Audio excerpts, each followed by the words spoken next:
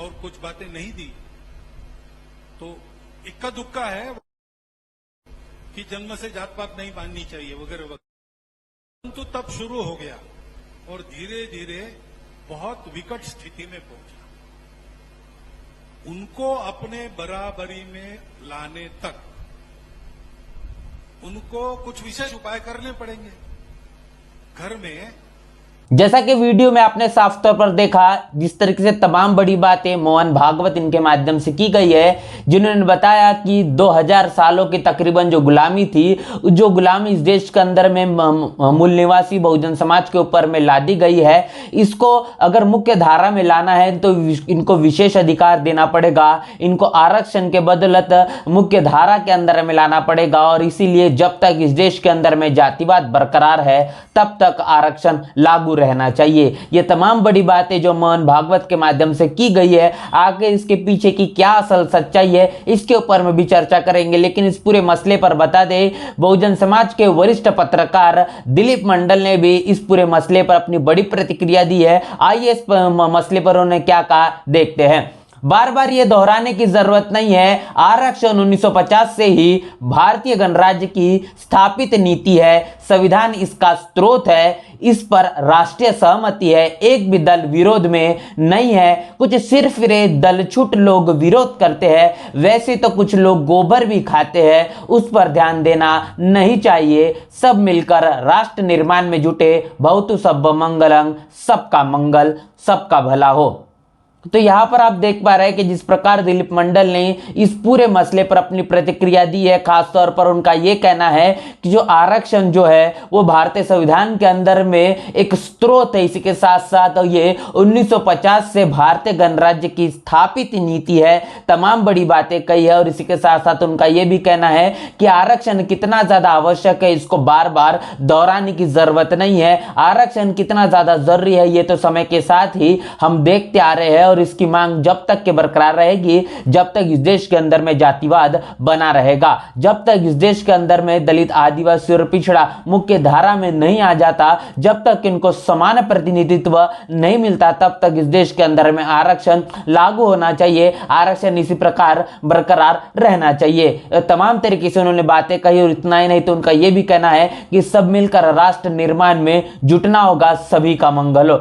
तो ये तमाम बड़ी बातें जिस प्रकार दिलीप मंडल ने कही है, उसके साथ साथ बता दे कि मोहन भागवत ने आरक्षण को लेकर जो बड़ा बयान दिया है, आखिर इसके पीछे की क्या असल सच्चाई है, इससे भी आपको रूबरू करवाते हैं। बता दे कि मोहन भागवत का इस प्रकार का जो बयान है, खासतौर पर आरक्षण को लेकर, यह समय समय पर तब आता हुआ नजर आता है जब चुनाव नजदीक हो। जैसे बता दे कि 2019 के अंदर में ऐसा ही जब लोकसभा का चुनाव था, तमाम तरीके से चुनाव देखे जा रहे थे, उस समय में भी आरक्षण को लेकर इस प्रकार की बयानबाजी मोहन भागवत के तरफ से देखने को मिली थी। लेकिन जैसे ही चुनाव जीत जाती है तमाम भारतीय जनता पार्टी, या फिर चुनाव के बाद में फिर तमाम तरीके से मोहन भागवत के जो बोल है वो बिगड़ जाते हैं। खासतौर पर बता दें कि आरक्षण को लेकर इस देश के अंदर में कैसे पूरा षड्यंत्र देखने को मिल रहा है, जहां पर मोहन भागवत एक तरफ कहते हैं कि इस देश के अंदर में आरक्षण लागू होना चाहिए, दूसरी ओर उनके ही तर्ज पर चलने वाली, उनके ही विचारधारा रखने वाली जो राजनीतिक पार्टी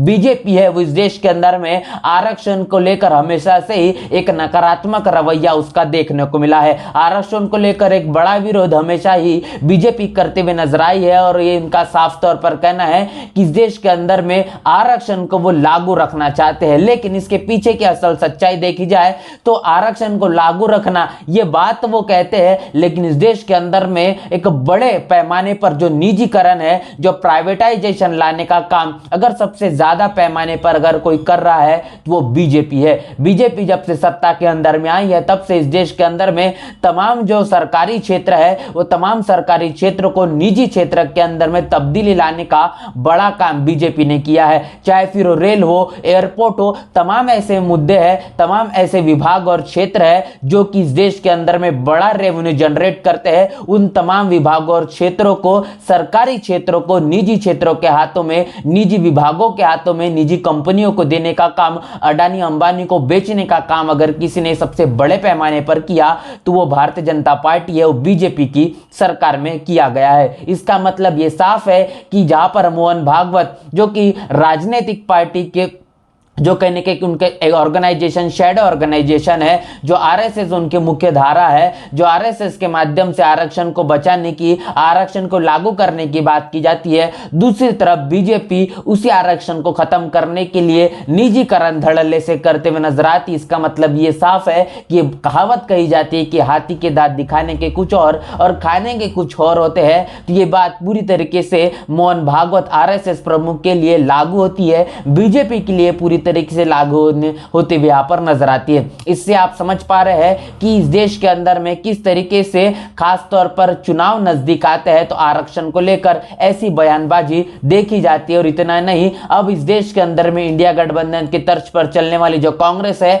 वो भी आरक्षण को लेकर इस प्रकार के बयानबाजी करते हुए नजर आती है। इस देश के अंदर में अगर प्राइवेटाइजेशन, निजीकरण की अगर शुरुआत किसी ने की है तो वो कांग्रेस है। इसका मतलब ये साफ है कि कांग्रेस और बीजेपी की दोनों की जो विचारधारा है वो आरक्षण विरोधी रही है। और इसी के साथ साथ समय समय पर जैसे जैसे चुनाव नजदीक आता है वो खास तौर पर इस आरक्षण को लेकर ऐसी बयानबाजी करते जिसके कारण जो दलित और आदिवासी है इसके वोटों को बटोरा जाए। वो जानते हैं कि इस देश के अंदर में सबसे ज्यादा लाभार्थी आरक्षण को लेकर अगर कोई है तो वो दलित और आदिवासी है। और इसीलिए आरक्षण को लेकर अगर इस प्रकार की बयानबाजी, उसको बचाने की, उसको लागू करने के बयान अगर दिया जाए तो उसका समर्थन करने की दलित आदिवासी बड़े पैमाने पर करता है। और इसका कहने के राजनीतिक लाभ उठाना बीजेपी और कांग्रेस दोनों चाहती है। लेकिन इस देश के अंदर में एक ऐसी भी विचारधारा काम करती है जो समता, स्वतंत्रता, बंधुता और न्याय को प्रस्थापित करना चाहती है। और इतना ही नहीं तो इस देश के अंदर में समता मूलक समाज का निर्माण और आर्थिक मुक्ति का आंदोलन चलाना चाहती है।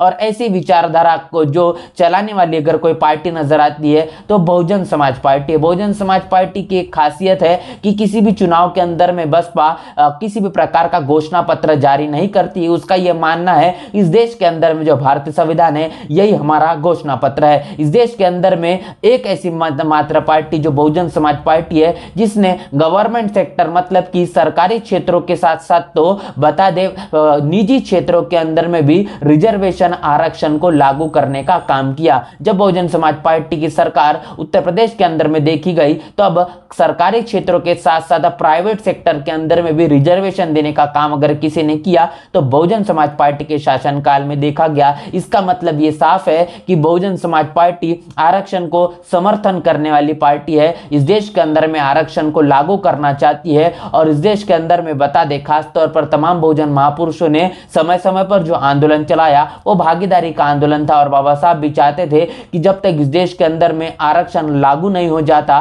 तब तक इस देश के अंदर में जातिवाद न खत्म हो पाएगा और ना ही तमाम बहुजन समाज को, दलित, आदिवासी और पिछड़ों को, एससी, एसटी और ओबीसी को मुख्य धारा में उनको सही प्रतिनिधित्व मिल पाएगा। और इसीलिए खासतौर पर जो सामाजिक क्षेत्रों में, शैक्षणिक क्षेत्रों में तमाम विभागों के अंदर में आरक्षण ये समय की मांग है। लेकिन इसको लगातार शिथिल करने का काम जब से बीजेपी की सरकार सत्ता में आई है वो लगातार करते हुए नजर आ रही है। और ऐसे में चुनाव नजदीक आने के बाद में आरक्षण को लेकर इस प्रकार की बयानबाजी ये पूरी तरीके से एक जुमले के तौर पर ही साबित होता है, जिसका पर्दाफाश करने का काम बहुजन पत्रकार, वरिष्ठ पत्रकार दिलीप मंडल इनके माध्यम से किया गया है। इस पूरे मसले पर क्या आपकी राय प्रतिक्रिया है लिखकर कमेंट बॉक्स में जरूर बताएं। बने रहे नेशनल चौपाल के साथ, मिलते हैं नए वीडियो में, तब तक के लिए जय भीम, जय भारत।